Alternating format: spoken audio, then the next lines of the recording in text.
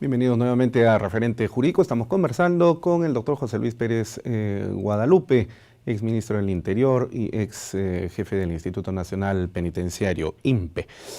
Doctor, el código anterior, el Código Penal, quiero decir, de 1924, hablaba de una variedad de aplicación de sanciones penales. Establecía para algunos delitos penitenciaría, para otros carcelería, ¿no?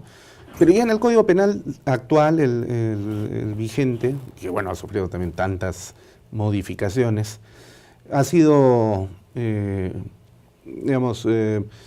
permanente y constante con el uso de una sola terminología: pena privativa de la libertad, ¿no?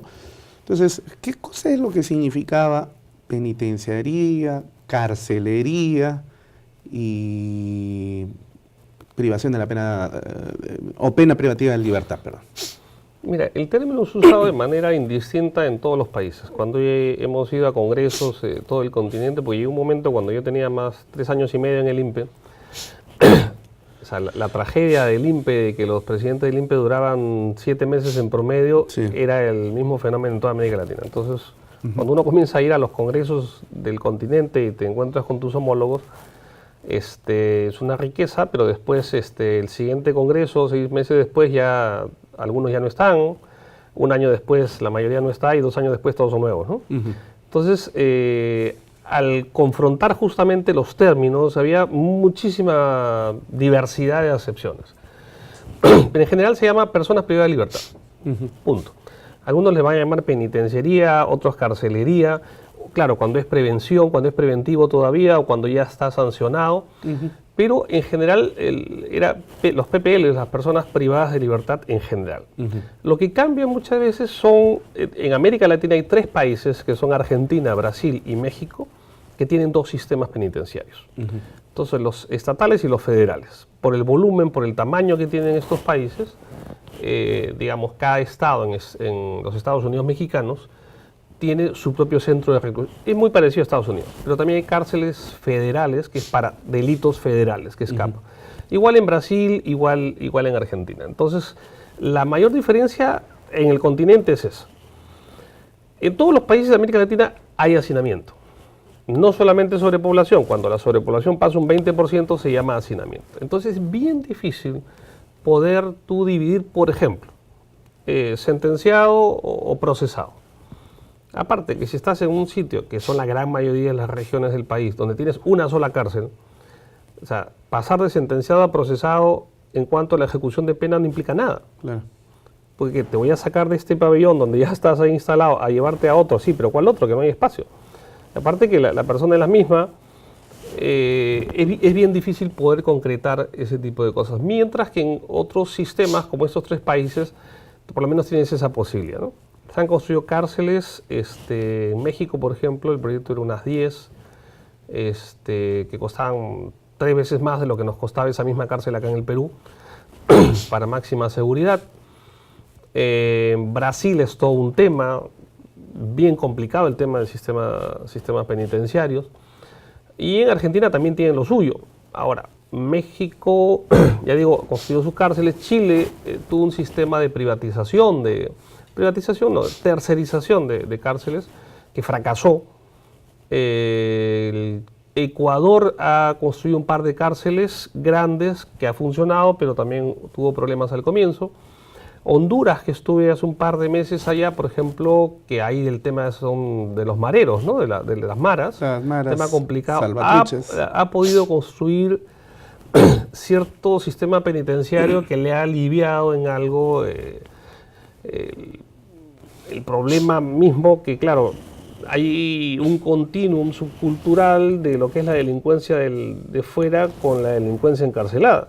Y ahí, aquí en Lurigancho, por ejemplo, tienes ese traslado que está inclusive físicamente, se mantiene hace 30 años, desde que yo entré la primera vez a Lurigancho en el año 86, todavía se mantienen los mismos barrios de esa época.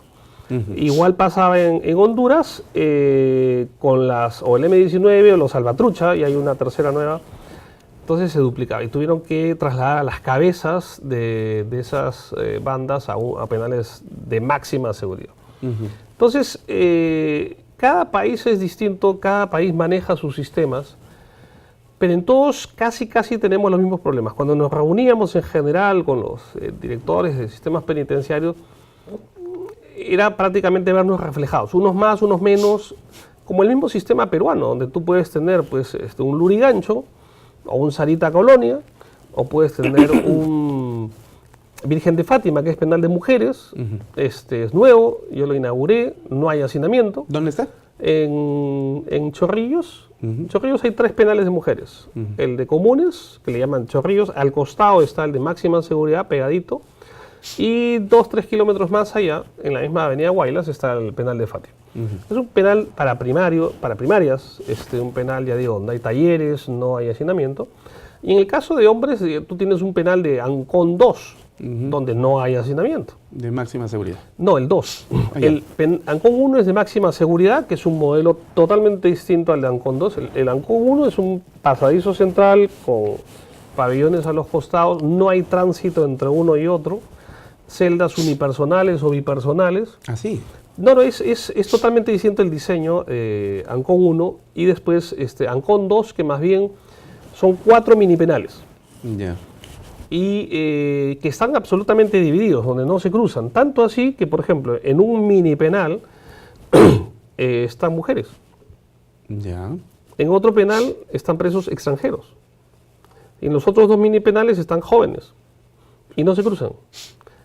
Es más, te doy 2 ejemplos de que tanto no se cruzan. En un ala de un pabellón de mujeres están las terrocas. Ya. Que yo las trasladé porque era un problema cuando estaban en máxima seguridad. ¿Te acuerdas todo el lío que hacían? Que se las trasladamos ahí y hace años que tú no escuchas nada de ruido sobre terrocas presas, ¿no? Así es. Se solucionó el problema. Ya salió Maritza Garrido, ¿no? Salió. Y igual también, para que veas, ¿te acuerdas de Gringacho y todo? Sí, que acaba de salir también. Que acaba de salir. Ahí cuando estaba, mira, el doctor Mendoza, cuando estaba presidente del Poder Judicial, que ahora está de ministro de Justicia, querían que el INPE se hiciera cargo de los centros juveniles. Porque en verdad, antes eran los centros juveniles del INAVIF. Claro. Ahora los tiene el Poder Judicial. O sea, entre comillas, nadie los quiere. Sí.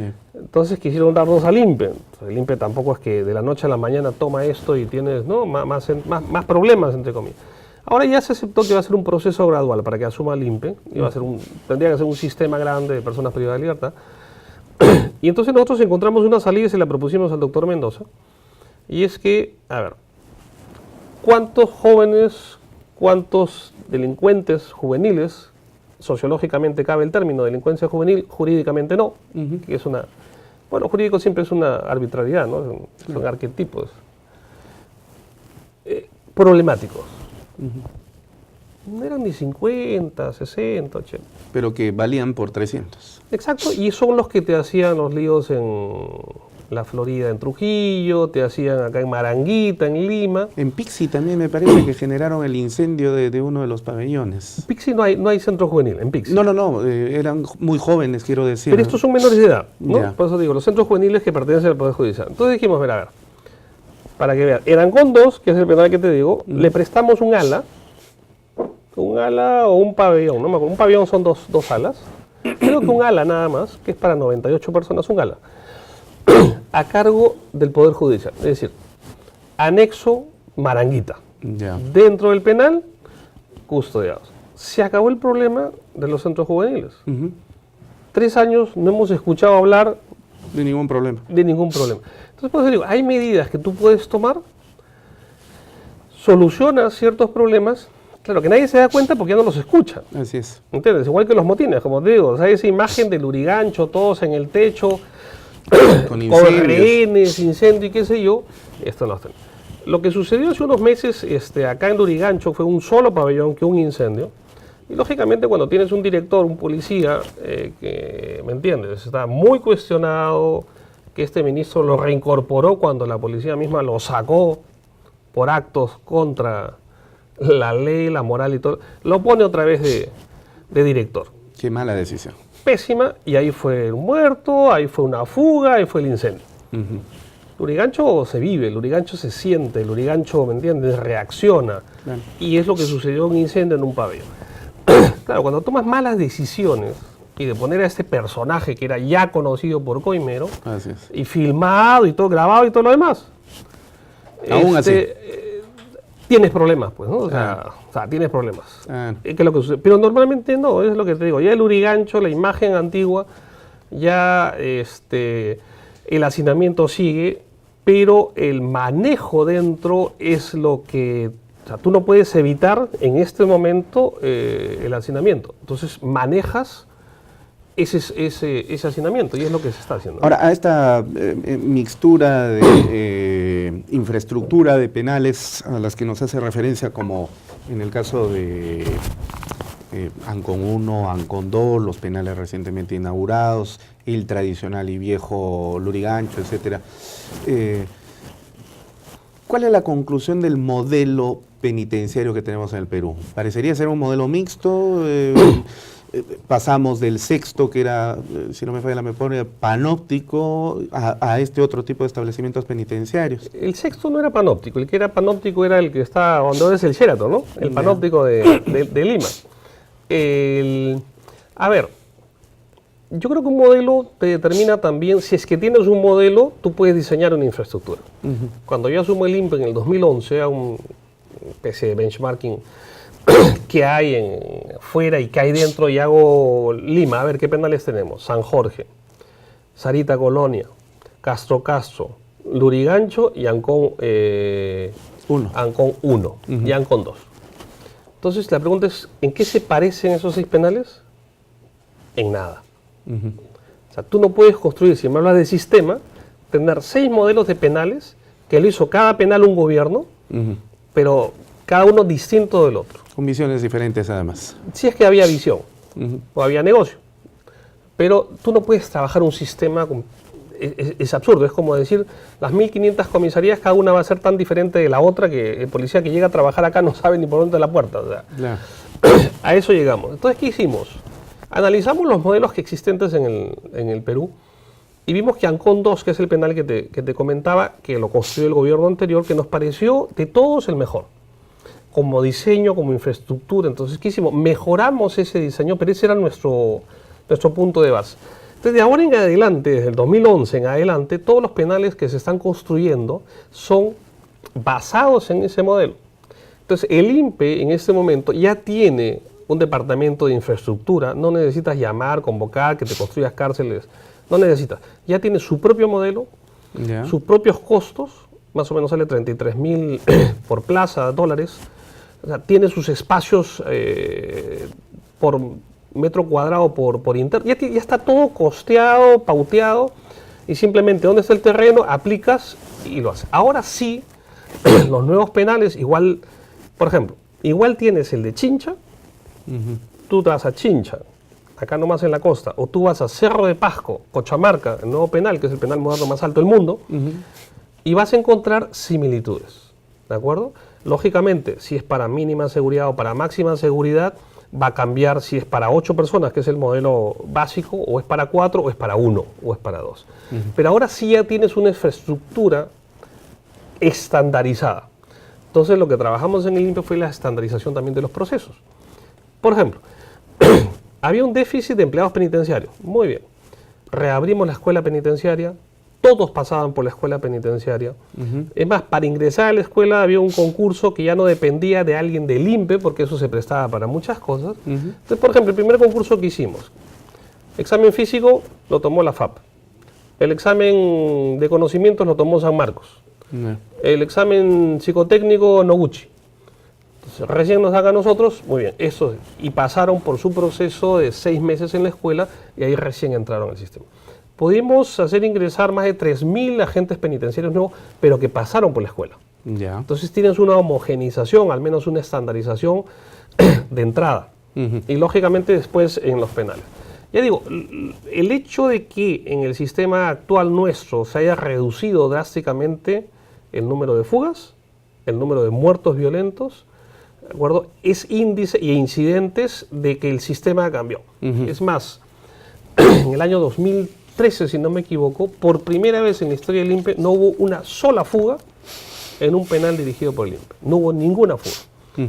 Es un récord que nunca se había conseguido, pero se consiguió. Al año siguiente hubo una o dos, nada más, y ahora no sé cómo estará, pero también al menos se mantiene. Felizmente que yo digo, y hay que decirlo, esta gestión y este gobierno ha mantenido las cosas que se iniciaron positivamente en el gobierno anterior y lógicamente como corresponde están mejorando o innovando otras cosas que no alcanzamos a hacer. Qué bueno. Pero aún con todo, es evidente que la cárcel pues no es un espacio de recreación ni tampoco el mejor de los lugares al cual uno pensaría llegar alguna vez en su vida. De hecho, que siguen existiendo con toda la rebaja de problemas que ha supuesto la gestión suya y la actual que, como nos manifiesta, está impulsando, con Carlos Vázquez, ¿no? A quien tuvimos en este programa hace algún tiempo, todavía siguen existiendo problemas como tráfico de drogas, alcohol, se introducen teléfonos celulares, no funcionan todavía los bloqueadores telefónicos en todos los penales. Es decir, hay una serie de problemas de los cuales nos gustaría conversar, pero en el siguiente bloque. ¿Le parece? Claro que sí. Bueno, vamos entonces a hacer ahora una pausa y ya regresamos al referente jurídico.